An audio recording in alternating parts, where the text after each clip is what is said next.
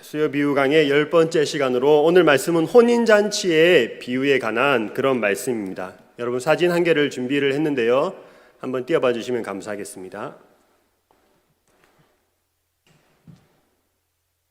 이 사진은 이제 결혼식장의 풍경입니다. 흔한 결혼식장의 풍경인데 보시면 알겠지만 코로나 2.5 단계일 때에 이제 결혼식을 한 그런 커플이 있었어요. 그래서 함께 단체 사진을 찍는데 모두가 마스크를 끼고 사진을 찍었습니다.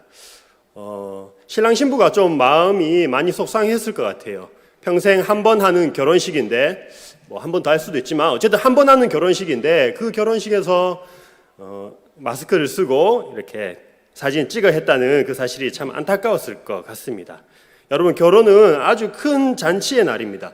결혼 당사자들 뿐만 아니라, 결혼하는 그 당사자들 뿐만 아니라 그 자리에 초청된 사람들이 함께 즐거움을 누리는 자리입니다. 결혼식을 통해서 오랫동안 만나보지 못한 지인들을 만나고 또 우리 친척들을 만나면서 이후에 함께 식사를 나누고 그 자리에서 그동안의 안부를 묻고 교제를 나누는 자리가 바로 결혼 잔치 날입니다. 그런데 요즘에 이 코로나 때문에 식사를 거의 잘 하지 못한다고 합니다. 그래서 답례품이나 아니면은 도시락을 준비해서 사람들에게 나눠준다고 합니다. 그냥 짧게 결혼식만 하고 그냥 마치고 헤어지는 것이죠. 뭔가 조금 아쉽고 많이 썰렁한 것 같습니다. 여러분, 그리고 예비 신랑 신부들은 이 결혼식에 누구를 초대하고 누구는 초대하지 말아야 할지 참 고민이라고 합니다. 2.5 단계일 때는 특별히 49명 미만으로 참석할 수 있었기 때문에 누구를 선별할지가 고민이 되었던 것이죠. 정말 친한 사람이 있는데 그 제한된 인원 때문에 초청하지 못해서 때로는 마음 상하는 일들도 발생했다고 합니다. 또 한편으로는 초청받은 사람도 불편하기는 마찬가지입니다. 코로나 때문에 걱정 때문에 불안한 마음에 이게 초청은 받았지만 가기는 꺼려지고 그래서 어쩔 수 없이 거짓말을 하고 참석하지 않는 그런 일들도 있습니다. 여러분, 오늘 말씀은 혼인잔치에 관한 그런 비유입니다. 예수님 당시에 이 코로나가 유행하지도 않았는데 오늘 말씀 보시면 이 잔치 자리를 거부했던 그런 사람들이 나옵니다. 또한 한편의 사람들은 초청에 응하고 잔치에 참석을 했으나 예복을 갖추지 못해서 그냥 쫓겨나 버리는 그런 사람들의 이야기가 오늘 말씀에 나옵니다. 이제 함께 그 의미가 무엇인지 본문을 통해서 살펴보도록 하겠습니다. 여러분, 1절에 보시면 예수님께서 다시 비유를 들어 말씀하신다라고 그렇게 나와 있는데요. 여기서 이 다시라는 말은 앞에 비유들과 오늘의 말씀이 연관성을 있다는 것을 이야기하고 있습니다. 연속적인 비유, 세 가지의 비유가 연속해서 등장하고 있는데요. 앞에 두 가지 비유, 두 아들의 비유가 나오고요. 악한 농부에 관한 비유가 나옵니다. 그래서 오늘 비유까지 합쳐서 총 이 세 가지의 비유가 연속성을 띠고 비슷한 의미를 가지고 나오고 있습니다. 오늘 본문의 비유는 마태복음 21장 23절에서부터 출발을 하고 있습니다. 그래서 마태복음 21장 23절을 제가 한번 읽어보도록 하겠습니다. 예수께서 성전에 들어가 가르치실새 대제사장들과 백성의 장로들이 나와 이르되 내가 무슨 권위로 이런 일을 하느냐 또 누가 이 권위를 주었느냐 라고 예수님과 이 대제사장들 그리고 장로들과 함께 논쟁을 벌이는 장면입니다. 그래서 오늘 비유의 말씀도 마찬가지로 대제사장들과 백성의 장로들을 향해서 하신 예수님의 말씀이라고 알 수 있다는 것이죠. 권위에 도전하고 있는 예수님의 권위에 도전하고 있는 그 사람들 향해서 예수님은 일련의 비유들을 통해서 그 말씀을 답하고 계십니다. 비유를 통해서 예수님이 어떠한 분인지 그리고 예수님을 거부하고 공격하는 자들이 결국 어떤 결말을 맞이하게 될 것인지를 말씀하고 있는 그런 내용입니다. 여러분, 오늘 본문 2절의 말씀을 보시면 천국은 마치 자기 아들을 위하여 혼인잔치를 베푼 어떤 임금과 같다라고 말씀하고 있죠. 우리 비유에 계속 시리즈를 듣고 있는데 여기서 말하는 천국이 죽어서 가는 천국만을 뜻하는 것이 아니라 하나님의 나라라는 것은 우리가 여러 번 들었기 때문에 자세하게 설명은 하지 않도록 하겠습니다. 여러분, 오늘날에도 이 결혼이란 건 아주 큰 잔치지만 예수님께서 살던 그 당시의 결혼은, 그 이스라엘의 결혼은 지금보다 훨씬 더 크고 그리고 중요한 의미를 가지고 있었습니다. 혼인잔치가 벌어지고 있는데 그냥 일반 사람의 혼인잔치가 아니라 임금의 혼인잔치, 그러니까 임금이 직접 결혼하기보단 임금의 아들이 결혼을 했겠죠. 그 임금의 혼인잔치가 벌어지고 있습니다. 오늘 비유를 이해하기 위해서는 당시 이스라엘의 그런 혼인 풍습을 조금 살펴볼 필요가 있습니다. 여러분, 이스라엘에서의 결혼은 그 결혼이 시기 이루어지기까지 1년 혹은 2년의 기간이 걸린다고 합니다. 먼저 사랑하는 남녀가 서로 결혼하기로 이제 약속을 하는 거죠. 정혼 아니 혹은 이제 약혼을 하게 됩니다. 약혼을 하는데 결혼하기 전에 이 약혼을 할 때 남자가 여자의 집에 찾아갑니다. 찾아가서 여자의 부모에게 상당한 금액의 돈을 이렇게 지불을 하게 되는 겁니다. 이 돈을 지불하지 않고서는 아내로 데려올 수가 없었다고 합니다. 그 약혼을 하고 그 신부될 사람을 바로 데려오는 것이 아니라 약혼을 하고 난 뒤에 여자는 집에 이게 내버려 두고 여자 집에 두고 이제 신랑 될 사람은 자기 집으로 돌아오는 것이죠. 그리고 자기 집으로 돌아와서 이 결혼식을 혼인을 할 준비를 하는 겁니다. 앞으로 신부와 함께 살 집을 마련하고 또 혼인잔치를 하기 위한 여러 가지 준비를 하는데 그 기간이 무려 한 1년에서 길게는 2년까지 걸렸다는 것이죠. 그리고 마침내 이제 신부를 데려올 때가 되면 이제 신랑이 찾아가게 되는데요. 근데 이제 재밌는 것은 그때 신랑이 모든 준비가 끝났다고 해서 내가 이제 가야 되겠다 해서 갈 수 있는 게 아니라는 겁니다. 그때는 누가 결정할 수 있느냐? 오직 그 신랑의 아버지만이 결정할 수 있었다고 합니다. 그래서 마태복음 24장 36절에는 이런 혼인잔치의 혼인의 배경에 따라서 말씀이 기록되어 있는데 마태복음 24장 36절의 말씀을 제가 읽어보도록 하겠습니다. 그러나 그 날과 그때는 아무도 모르나니 하늘의 천사들도 아들도 모르고 오직 아버지만 아시느니라. 여러분, 성경에서 혼인잔치에 관한 여러 사건들이 등장하고 있는데요. 그때 혼인잔치에 관한 그 여러 가지 비유들, 사건들은 재림의 때와 종말의 때와 많은 연관을 가지고 있습니다. 신랑이 신부를 찾아와서 혼인잔치를 할 때를 예수님께서 다시 이 땅에 오셔서 그 재림의 때로 이렇게 비유하고 있는 것이죠. 오늘의 이 혼인잔치의 비유도 동일하게 어떠한 그런 종말론적인 의미를 가지고 있습니다. 이제 결혼식 준비가 모두가 끝나고 신랑 아버지가 이제 신랑을 신부에게로 보냅니다. 그러나 이때가 언제인지 아무도 모르기 때문에 그 신부는 항상 자신의 순결함을 유지하고 또 그리고 항상 깨어 있어서 준비하고 기다리고 있어야 했습니다. 신랑이 신부 집에 찾아가서 이제 신부를 데려오는데요. 이 혼인잔치가 이루어지는 곳은 신부의 집이 아니라 신랑의 집이었습니다. 신랑의 집에서 혼인잔치가 이루어지는데 그 오랜 기간 준비했던 그 잔치가 드디어 이제 이루어지게 되는 겁니다. 결혼식이 이루어지고 이후에 무려 7일 동안 잔치를 하게 된답니다. 혼인잔치가 7일이나 계속된다고 하는 거죠. 이처럼 혼인잔치는 아주 중요하고 그 마을에 있어서 큰 행사였습니다. 그런데 일반 혼인잔치도 그런데 임금의 혼인잔치, 오늘에 말씀에 나오는 것처럼 임금의 혼인잔치라고 하면 얼마나 이 잔치가 성대하고 중요한 일이었겠습니까? 그리고 그 잔치에 초청된다는 것만 하더라도 대단한 영광스러운 일이라는 것을 알 수 있습니다. 이 인물 2번 보시면요, 초청에 대한 거절과 임금의 반응이라고 나와 있습니다. 여러분, 신랑과 신부가 이렇게 함께 결혼하는데 1년 혹은 2년 동안 그런 준비를 마쳐서 이제 결혼합니다. 그런데 이 준비를 할 때에 만반의 준비가 되지 않으면 결혼식을 올리지 않았다는 것이죠. 모든 것을 갖추고 철저하게 준비를 한 뒤에 결혼식을 올렸습니다. 4절을 제가 한번 읽어보도록 하겠습니다. 4절의 말씀을 보시면 다시 다른 종들을 보내며 이르되 청한 사람들에게 이르기를 내가 오찬을 준비하되 나의 소와 살찐 짐승을 잡고 모든 것을 갖추었으니 혼인잔치에 오소서 하라 하였더니 라고 말씀하고 있습니다. 여기서 보시면 소와 살찐 짐승, 그러니까 성대하게 준비를 하고 모든 것을 갖추었다고 말씀하고 있습니다. 오늘 비유에서 이 임금이 손님들을 부르는 것은 하나님께서 구원으로 초청하시는 것과 같습니다.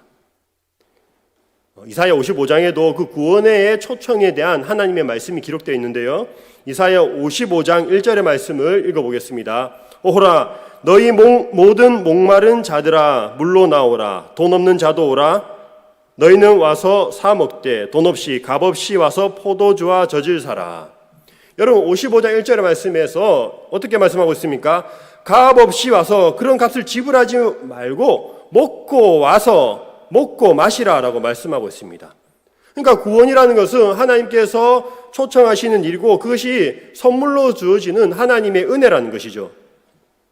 초청된 자들, 그 혼인잔치에 초청된 자들의 역할은 신랑과 신부를 축하해주고 마음껏 차려놓은 그 음식과 포도주를 즐겁게 마시는 것, 그것이 그들의 일이었습니다. 여러분 이것보다 더 쉬운 일이 어디 있겠습니까? 그런데 혼인잔치를 거부한 사람들은 하나님의 은혜를 거부한 사람들이었습니다. 여러분 혹시 그 해운대 LCT라는 크다란 아파트인가요? 건물인가요? 아시나요? 아주 높은 건물인데 거기에 가보면 이제 뷔페가 있습니다. LCT 뷔페가 있는데 얼마짜리냐면 한 끼 식사에 11만 5천 원, 1인당 11만 5천 원이라고 합니다. 제가 그곳에 가보지 못했습니다. 대신 인터넷을 통해서 사진을 봤는데 아주 먹음직스럽게 많은 음식들이 마련된 것을 볼 수가 있었습니다. 만약 누군가가 와서 이 뷔페 식사권을 줄 테니 함께 식사를 하자라고 초청을 했다고 합시다.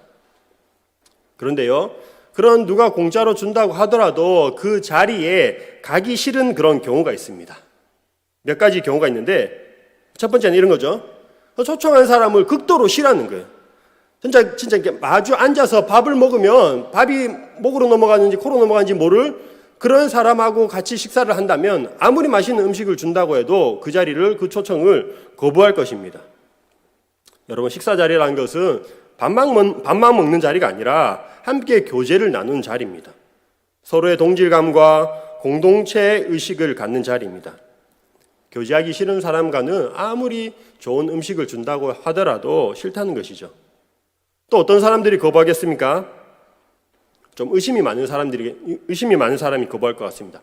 이 사람이 아무 이유 없이 나에게 이런 것을 베풀지는 않을 것이다. 분명히 뭔가 의도하는 이유가 있을 것이다 라고 마음으로 생각하는 것이죠.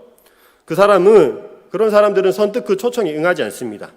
설령 그 초청에 응했다고 하더라도 밥을 먹으면서 괜히 계속 불안해하는 거죠. 얘기할 때가 됐는데 언제 본론을 이야기하려나 라고 생각하면서 그 식사 자리를 제대로 즐기지 못할 것입니다.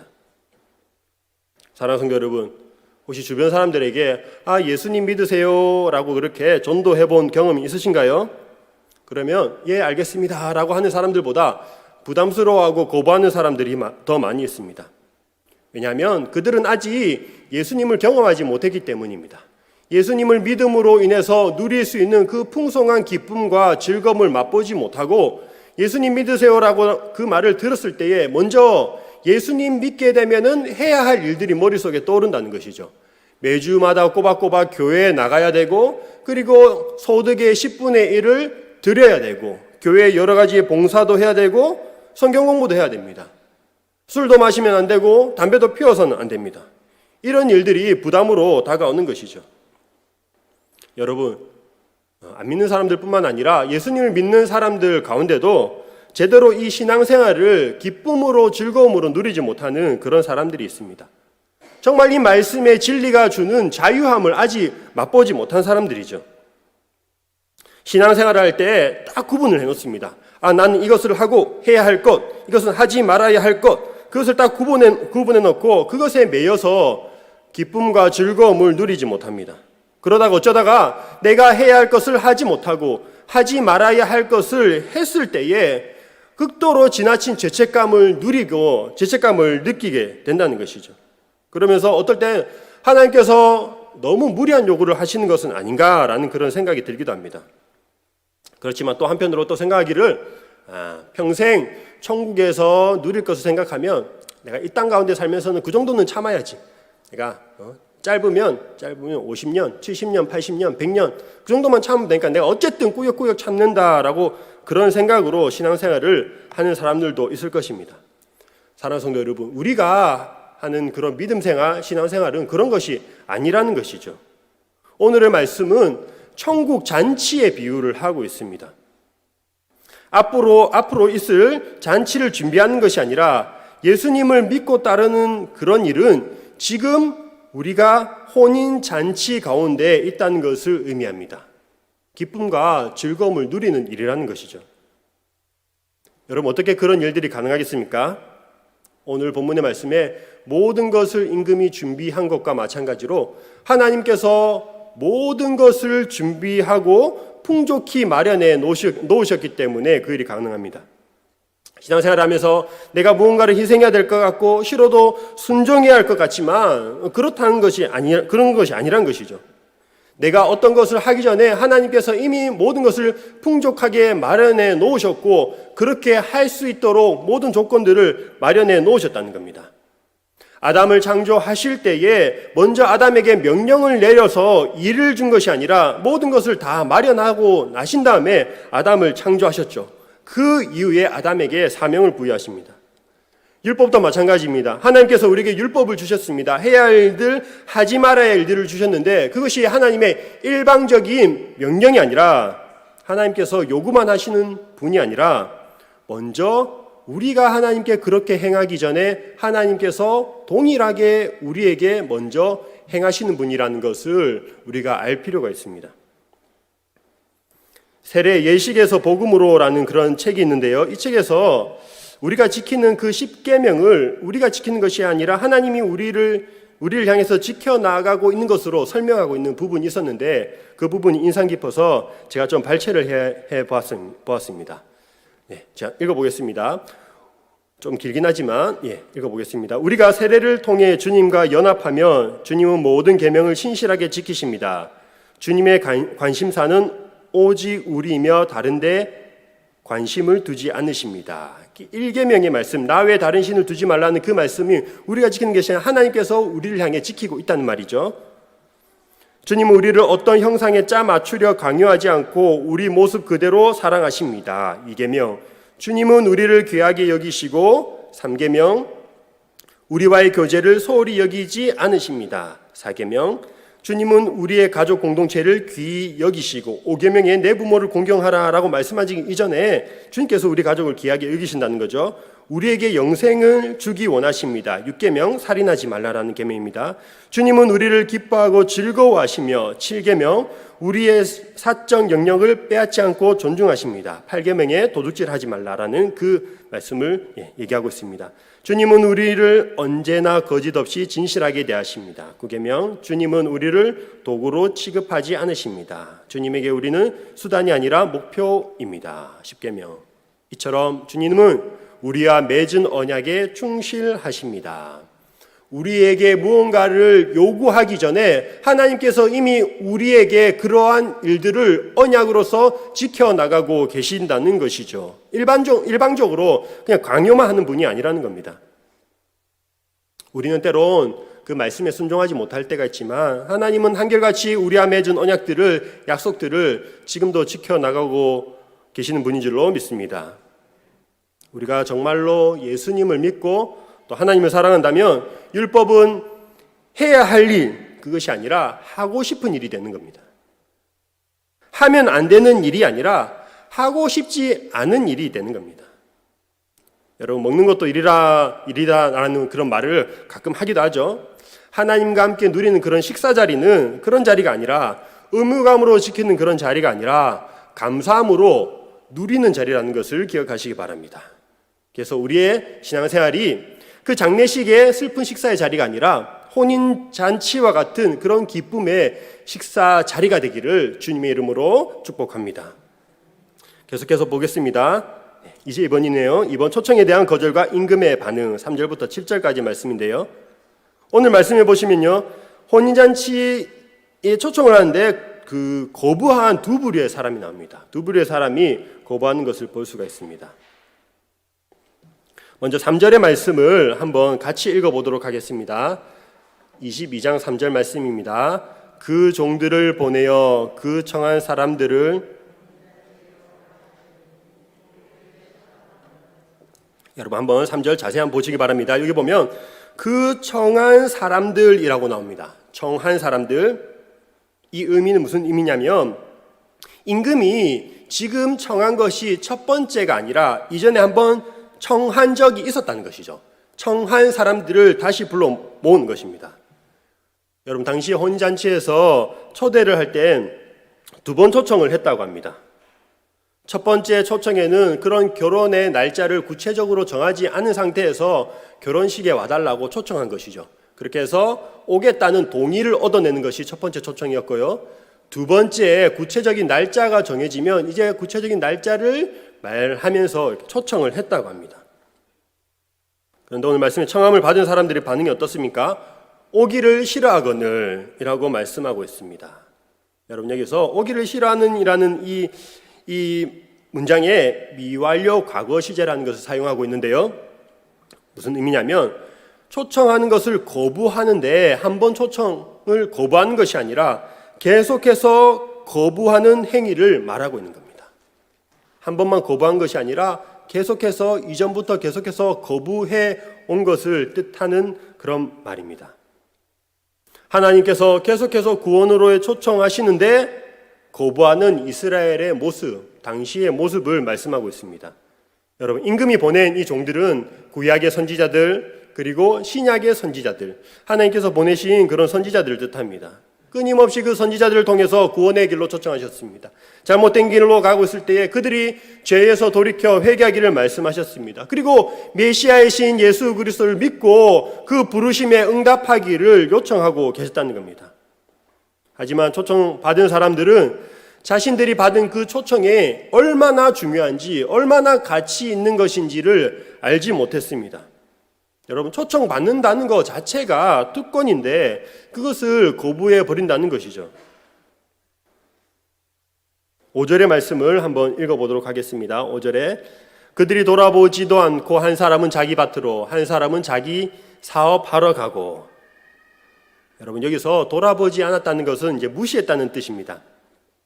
그들이 왜 무시했을까요? 그들에게는 이 혼인잔치가 중요한 게 아니었기 때문입니다. 아니 혼인잔치가 중요하기는 하지만 그것이 나의 일은 아니라고 생각했다는 것이죠. 나의 일은 무엇입니까? 나의 일은 밭일입니다. 내가 해야 될 일은 내가 지금 벌려놓은 사업입니다. 여기서 밭일은 농업을 말하는 거고 사업은 상업을 말하는데요. 당시의 모든 직업이라고 말씀드릴 수도 있을 것 같습니다. 자기가 해야 할 일이 있다는 것이죠. 여러분 밭에서 일하는 것과 사업을 하는 것, 자기의 일터에서 열심히 일하는 것이 중요하지 않다는 의미가 아닙니다. 너무나도 중요하죠. 당연히 해야 할 일입니다. 우리의 삶의 자리에서 최선을 다하는 것이 그것이 하나님께 영광 돌리는 일이고 그게 삶으로 드리는 우리의 예배라고 할 수 있습니다. 그런데 오늘 말씀에 이 초청을 거부한 사람들은 하나님을 무시했다는 겁니다. 무슨 말이냐? 자신의 일과 그 임금의 일이 전혀 상관이 없다고 여겼다는 데 문제가 있습니다. 식사를 통해서 함께 교제하기를 원하는데 그 초청에 관계를 끊어버린 것이죠. 여러분 가끔 결혼식에 이렇게 초청을 받았는데 초대를 받았는데도 이런저런 그 이유 때문에 연락도 못하고 또 참석하지도 못하고 축의금을 보내지도 못할 때가 있습니다. 그러면요, 참 그 사람에게, 그 친구에게 다시 연락하기가 굉장히 꺼려집니다. 거의 관계가 끊어진다고 보면 될 것 같습니다. 이처럼 초청에 대한 거부는 관계의 단절을 가져옵니다. 여러분 우리가 신앙생활 하면서 쉬지 않고 24시간 동안 성경 읽고 기도하고 그렇게 할 수는 없습니다. 우리에게 맡겨진 일들, 우리의 직업들을 열심히 감당하고 열심히 공부해야 합니다. 중요한 것은 우선순위라는 것이죠. 그러한 일 가운데도 내가 무엇 때문에 그 일을 하고 내가 왜 그 일을 하는지 그리고 그 일을 통해 어떠한 일들이 이루어지는지 하나님을 기억하는 것이 중요하다는 것입니다.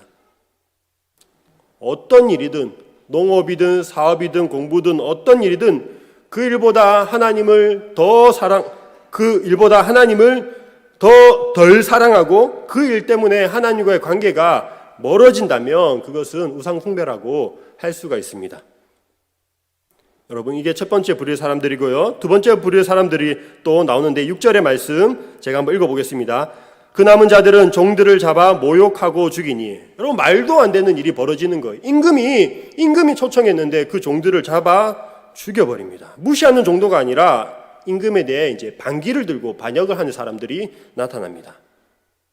여러분, 이 부분은요, 마태복음 21장 오늘 본문의 앞부분 악한 농부의 비유를 연상하게 합니다. 거기서 포도원 주인이 종들을 보냈는데 마찬가지로 그 농부들이 종들을 잡아 죽이고 나중에는 결국에는 아들까지 죽이는 그런 일들이 있었습니다. 예수님을 거부하는 것에 그치는 것이 아니라 적극적으로 그 권위에 도전하고 또 십자가에 못 박아버린 당시 종교 지도자들의 모습을 나타냅니다. 선의로 초청하는 그 손에 못을 박아버린 것이죠. 아주 악한 사람들입니다.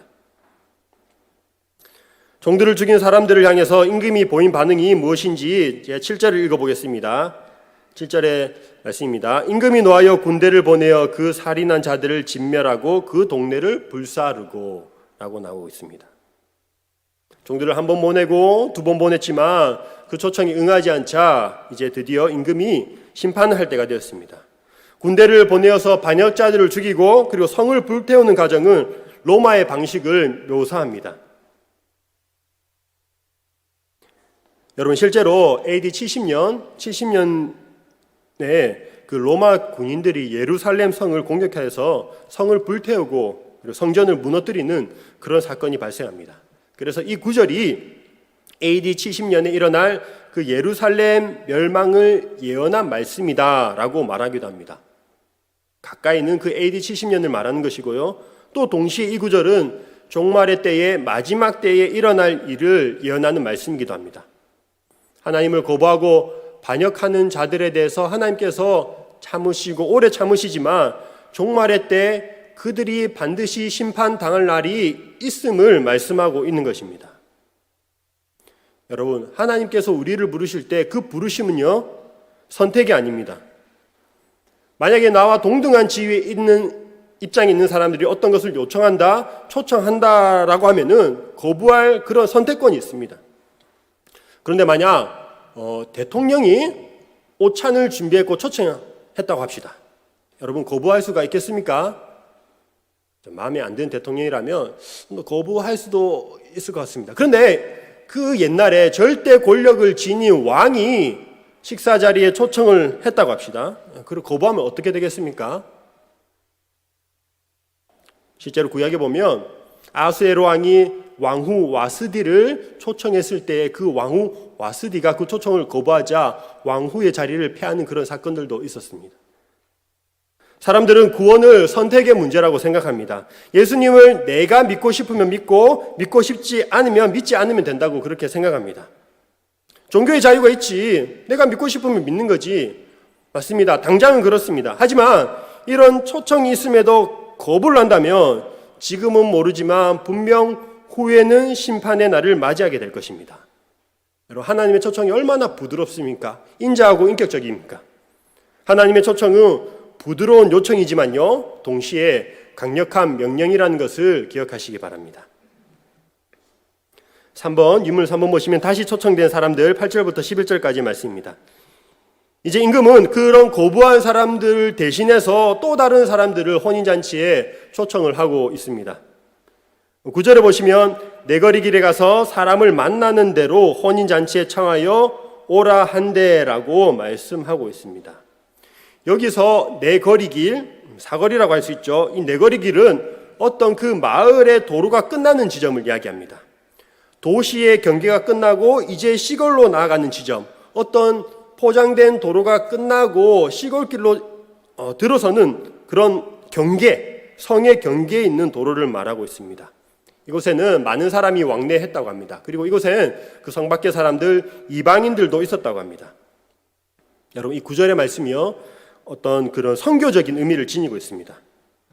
성 안의 사람과 같은 선택된 그런 유대인들만이 아니라 이제 복음이 이방인에게도 증거될 것을 말씀하고 있습니다. 이스라엘의 실패, 이스라엘의 거부는 이방인을 포함하는 그런 선교로 이어지게 됩니다. 오늘 말씀 9절의 말씀, 22장 이 9절의 말씀과 마태복음 28장 19절의 말씀이 병행을 이루는 그런 말씀인데요. 마태복음 28장 19절의 말씀을 제가 한번 읽어보겠습니다. 그러므로 너희는 가서 모든 민족을 제자로 삼아 아버지와 아들과 성령의 이름으로 세례를 베풀고, 너무나도 유명한 말씀이고 지상 대명령이라고도 하고 선교적 명령이라고도 하는 그런 말씀입니다. 예수님께서 마지막에 하신 말씀입니다. 오늘 말씀 22장 9절 한글 성경에는 앞부분 전치사가 생략되어 있는데 이 영어 성경에 보면 22장 9절과 28장 19절의 말씀의 시작 부분이 동일하게 시작되고 있습니다. 저도 영어는 잘 하지 못하지만 보니까요, go therefore라고 나와 있습니다. 그러니까 그러므로 가라라고 시작하고 있다는 것이죠. 22장 9절에 그러므로 가라라는 이 말씀은 예수님께서 열방으로 제자들을 파송하시는, 선교적 사명을 띠고 파송하시는 그 28장 19절에 그러므로 가라와 병행을 이루는 말씀입니다. 여러분, 이스라엘이요, 하나님께서 이스라엘 백성들을 택하시고 그들을 택함 받은 민족으로서 그들의 순종함과 그들의 착한 행실을 통해서 이방의 빛으로 사용되기를, 그들을, 이스라엘들을 부르셨습니다. 하지만 불순종으로 실패했죠. 그렇다고 해서 하나님께서 멈추시는 것이 아니라 이스라엘의 실패가 이제 또 다른 이방의 기회로 다가오게 되었습니다. 예루살렘의 그 성전이 파괴됨에 따라서 열방의 교회가 세워지게 된 것입니다. 여러분, 혼인잔치에 초청된 사람이 없다면 제대로 잔치가 이루어질 수 없을 것입니다. 사람이 없다고 해서 그 잔치를 취소한 것이 아니라 이제 또 다른 사람으로 채워가는 것이죠. 하나님의 구원의 역사는 결코 중단되거나 멈춘 적이 없습니다. 많은 박해와 핍박과 일시적인 침체가 있을 수는 있으나 구원의 역사는 계속되어 왔고 오늘날도 계속되고 있습니다. 인물 마지막 4번입니다. 부적절한 손님들. 11절부터 14절까지의 말씀입니다. 여러분, 이제 종들은 또 다른 사람들, 내거리, 사거리에서 많은 사람들을 잔치에 데려옵니다. 거기에 어떤 사람들이 포함되어 있었느냐? 악한 자나 선한 자가 포함되어 있습니다.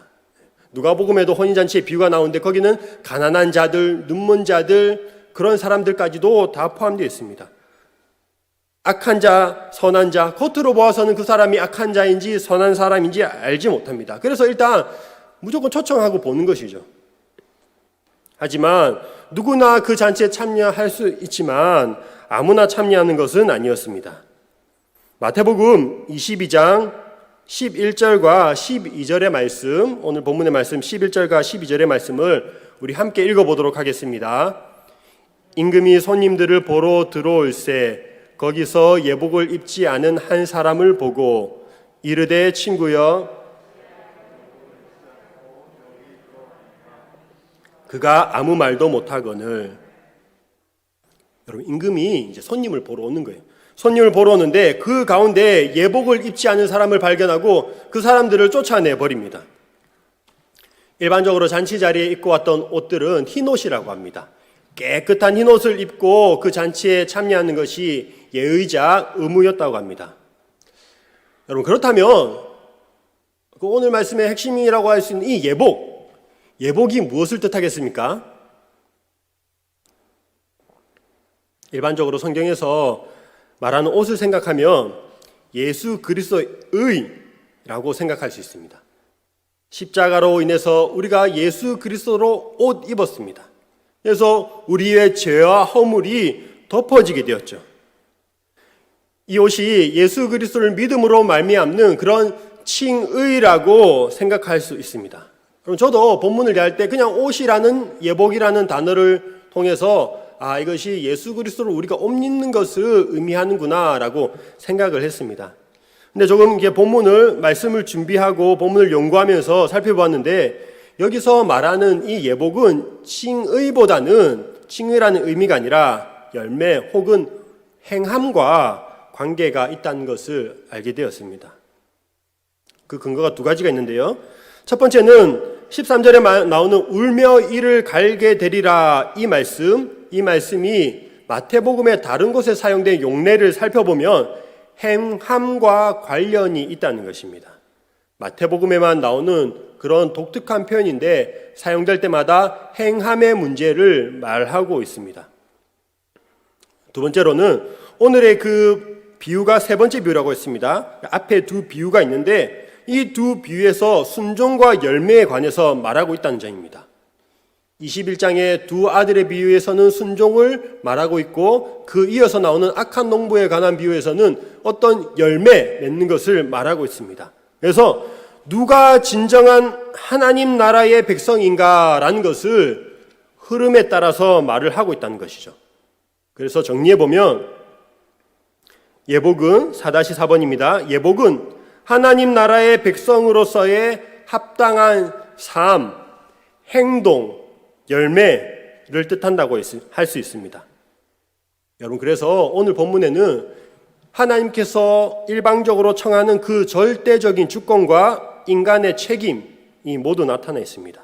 누구나 청함을 받을 수 있지만 아무나 택함을 받는 것은 아니라는 것입니다. 여러분, 그러면 좀 이제 혼란이 오죠. 그러면 오늘의 말씀 통해서 우리가 그리스도인의 합당한 삶, 어떤 그런 열매 맺는 삶을 살아야지 구원을 얻는다는 말인가라고 오해할 수도 있습니다. 근데 그런 것이 아니라 이 믿음과 행함은 반드시 같이 이루어지게 되어 있습니다. 동전의 양면과 같이 떨어질 수 없어서 우리의 믿음은 행함으로 반드시 드러나게 되어 있습니다. 그동안 우리는 믿음이라는 것에 너무 중점을 둔 나머지 행함을 너무 등한시 해왔습니다. 조금 내 행실이 좋지 않아도 나는 믿음으로 구원을 받았어라는 그런 근거 없는 자신감을 가지고 있었다는 것이죠. 구원이라는 것이 값없이 주어진 그런 것이기 때문에 너무 쉽게 생각했습니다. 그런 것이 아니라는 겁니다. 하나님의 택함을 받은 자로서 바른 회개야 우리의 삶을 통해서 그 부르심에 반응해야 한다는 것을 말씀하고 있습니다. 진정한 그리스도인이라면 어떤 사람의 행실을 보고 그 사람이 정말 구원을 받은 사람인지 구원받지 못한 사람인지 알 수 있다는 것입니다. 마태복음의 중요한 주제이기도 한데요. 열매로 그들을 알리라. 마태복음 7장 15절에서 예수님께서 말씀하시죠. 열매를 보면은 그 사람을 알 수 있다는 겁니다. 여러분, 자신의 모습 한번 볼까요? 저를 포함해서 각자 여러분 모습을 살펴볼 때에 과연 나는 구원받은 사람입니까? 옆에 있는 분들 판단하지 마시고 나는 구원받은 사람인가? 참 어려운 문제입니다. 여러분, 우리가 이 믿음의 확신은 흔들려서 안 되겠죠. 이 구원의 확신은 흔들려서 안 됩니다. 그런데 또 한편으로는 나의 행실을 보면 이 확신이 조금 약해지는 것을 느낄 수 있습니다. 어떤 기준이 있으면 좋겠는데 그 구원을 얻기 위한 착한 행실의 기준을 잡기가 정말 힘들다는 것이죠. 심지어 율법도 기준이 되지 못합니다. 왜냐하면 율법을 온전히 다 지키는 사람은 아무도 없기 때문입니다. 어떨 때는 정말 내가 구원받은 사람처럼 여겨지기도 합니다. 아니, 내가 적어도 저 사람보다는 예배 자리에 나오지 않는 저 사람보다는 내가 신앙생활을 더 열심히 하고 또 저 사람보다는 내가 나쁜 행실을 덜 하고 내가 저 사람보다는 말씀도 더 많이 읽어서 백일 성경 읽기 하고 기도도 열심히 하고 그렇기 때문에 그런 사람 앞에서는 나의 구원의 확신이 막 올라가는 것이죠. 그런데요, 또 어떤 사람 앞에서는 나의 구원의 확신이 흔들립니다. 나보다 더 경건한 사람, 더 기도 많이 하는 사람, 열심히 봉사하는 사람, 더 거룩한 사람 앞에서 나는 과연 구원받을 자격이 있나라는 그런 생각이 들기도 합니다. 여러분, 손양원 목사님 같은 그분 앞에서 누가 과연 구원을 받았다고 자신할 수 있겠습니까? 행위로만 친다면. 예전에 제가 그 노포동 1호선 지하철역 노포동역에서 지하철을 탔는데 어떤 사람이 이제 도움을 요청하는 거예요. 그런 사람들 많이 있죠. 그래서 쪽지를 한 사람씩 나눠주면서 도움을 요청하는 그런 사람이 있었습니다. 저도 그때 힘들 때라 하루에 1-2천 원으로 생활하던 때인데 그렇게 도움을 요청하길래 제가 있는 거 얼마 이렇게 주고 도와줬습니다. 그러면서 스스로 만족했죠.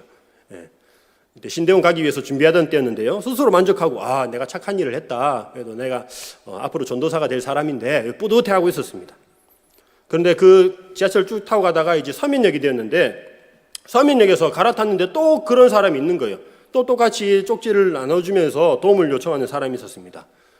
어떻게 했겠습니까? 전도사가 될 사람인데 돈이 있었는데 안 도와줬습니다. 그러면서 조금 미안한 마음이 들긴 하지만 마음속에 어떤 핑계를 내냐면 내가 그래도 아까 도와줬다. 오늘은 여기까지. 한 번 도와줬으면 됐지. 나는 오늘 한 만큼 했어. 라고 생각하면서 스스로를 정당화시켰습니다. 여러분 이처럼요 우리는 어떤 상황에서는 내가 좋은 사람이 되기도 하지만 어떤 상황에서는 좋지 않은 모습을 보이기도 합니다. 어떤 사람 앞에서는 한없이 양보하고 친절하고 좋은 말을 하지만 어떤 사람 앞에서는 강압적이고 무례하고 잔인한 그런 행동을 한다는 것입니다. 그러면 내가 어떻게 구원받은 사람인지 내가 과연 열매 맺고 있는 사람인지 어떻게 알 수 있을까요? 다른 사람과의 비교해서는 답을 찾을 수 없습니다. 그래서 우리가 신앙생활하면서 다른 누군가의 믿음을 판단한다는 것은 정말로 위험한 일입니다. 여러분, 우리가 정말 예수님을 믿고 거듭난 그리스도인이라면 새롭게 태어난 존재입니다. 무슨 말이냐면 새 마음이 창조된 사람입니다. 새 마음을 품게 된 사람입니다. 우리의 원래 모습은 죄의 본성을 따라서 가고 싶은 것이 원래 모습이라면 거듭난 그리스도인들은 그 마음이 이제 방향을 완전히 전환해서 죄가 아니라 선을 향해서 선을 따라가고 싶은 마음이 든다는 것이죠. 그러니까 지향점이 달라진다는 것입니다. 삶의 목적이 달라지고 지향점이 바뀌게 되는 것입니다. 예레미야 20장 9절을 제가 한번 읽어보겠습니다. 내가 다시는 여호와를 선포하지 아니하며 그의 이름으로 말하지 아니하리라 하면 나의 마음이 불붙는 것 같아서 골수에 사무치니 답답하여 견딜 수 없나이다. 예수님 하나님의 말씀을 선포하면서 예레미야가 너무 힘든 거예요. 고통당하고 해서 너무나도 힘들었습니다. 그래서 이제 내가 다시는 하나님의 말씀을 선포하지 않겠다라고 다짐을 하는데 그럴 수가 없는 거예요. 그 마음에 불붙는 것 같아서 답답한 마음에 그럴 수가 없었다고 이야기를 합니다. 그렇기 때문에 고통당하면서도 계속해서 하나님께서 주신 말씀을 선포했습니다. 눈물의 선지자 예레미야가 하나님의 말씀을 선포했다는 것이죠. 사랑하는 성도 여러분, 우리는 어떻습니까? 찬양 가사처럼 낮엔 해처럼 밤에는 달처럼 그렇게 살고 싶은데 여러분 잘 됩니까? 잘 안 됩니다. 미워한 사람, 그 사람 용서해야겠다고 다짐하고 은혜 받고 다짐하고 그 사람 앞에 섰는데 막상 험한 말이 나올 때가 있습니다. 내가 양보하고 희생해야지 생각하지만 또 그 상황이 되면 나의 욕심이 먼저 튀어나오는 그런 경우가 있습니다. 가난한 사람을 돕고 싶은 마음이 간절하지만 나의 지금 상황과 현실의 벽 앞에 무너질 때가 있습니다. 여러분, 그렇다면 무엇이 진정 열매 맺는 삶입니까? 나의 생각과 나의 마음의 중심이 나를 향하고 있는 것이 아니라 하나님과 이웃에게 향하고 있는 삶입니다. 아직 죽지 못한 나의 자아와 교만과 욕심과 환경 때문에 어려움 때문에 온전히 순종하지는 못하지만 그럴 때마다 나 자신의 부족함을 알고 잘못됨을 알고 가슴치고 회개하며 그렇기 때문에 예수님이 필요합니다. 주님의 도우심을 바라는 사람, 오직 주님만 의지하는 사람, 그렇기 때문에 나 혼자 살 수 없다는 것을 인정하는 사람, 고백하는 사람, 그 사람이 열매 맺는 사람입니다. 예배를 한 번, 두 번 빠지면 그것에 익숙해지는 것이 아니라 마음에 불이 붙는 것 같아서 하나님을 향한 갈망이 더 커지는 사람, 한두 번 전도하고 그것에 주저앉아 버리는 것이 아니라 실패했지만 그만두는 것이 아니라 될 때까지 계속해서 두드리는 사람, 용서하지 못한 사람을 향해서 그래도 다시 한 번 더 용서해보고자 하는 마음을 품는 사람, 그렇게 해도 안 되기 때문에 날마다 주님 앞에 나와서 무릎 꿇고 나를 불쌍히 여겨달라고 하나님께 기도하는 사람, 어제보다 조금 더 나은 그런 삶의 열매를 맺기를 갈망하는 사람이 예복을 갖춰 입은 사람이라고 생각합니다. 여러분, 그런 사람은 당장은 아니더라도 반드시 아름다운 그런 신앙의 열매를 맺을 줄 믿습니다. 말씀을 마무리하겠습니다. 오늘 말씀에 이 두 가지의 말씀이 섞여 있습니다. 초대받았지만 그 초청 자체를 거부하는 사람이 있고 그 잔치 자리에 참석하기조차 꺼리는 사람이 있습니다. 두 번째는 초청에 응해서 잔치에 참여합니다. 하지만 그것이 전부가 아닙니다. 예복을 갖추지 못하여서, 즉 하나님 나라의 백성으로 살아가지 못해서 쫓겨난 그런 사람이 있습니다. 여러분, 특히 두 번째 말씀은 구원받았다고 생각하는 사람들에게 다시 한번 자신의 모습을 되돌아보게 하는 그런 말씀인 것 같습니다. 하나님께서 초청하십니다. 초청이 있습니다. 그 초청은 우리를 힘들게 하는 초청이 아니라 우리와 누리기 원하는, 기쁨을 함께 누리기 원하는, 즐겁게 하는 잔치 자리로의 초청이라는 것을 기억하시기 바랍니다. 하나님의 부르심, 그 초청에 응답하고 그 부르심에 합당하게 살아가는 우리 모두가 되길 주님의 이름으로 축원합니다.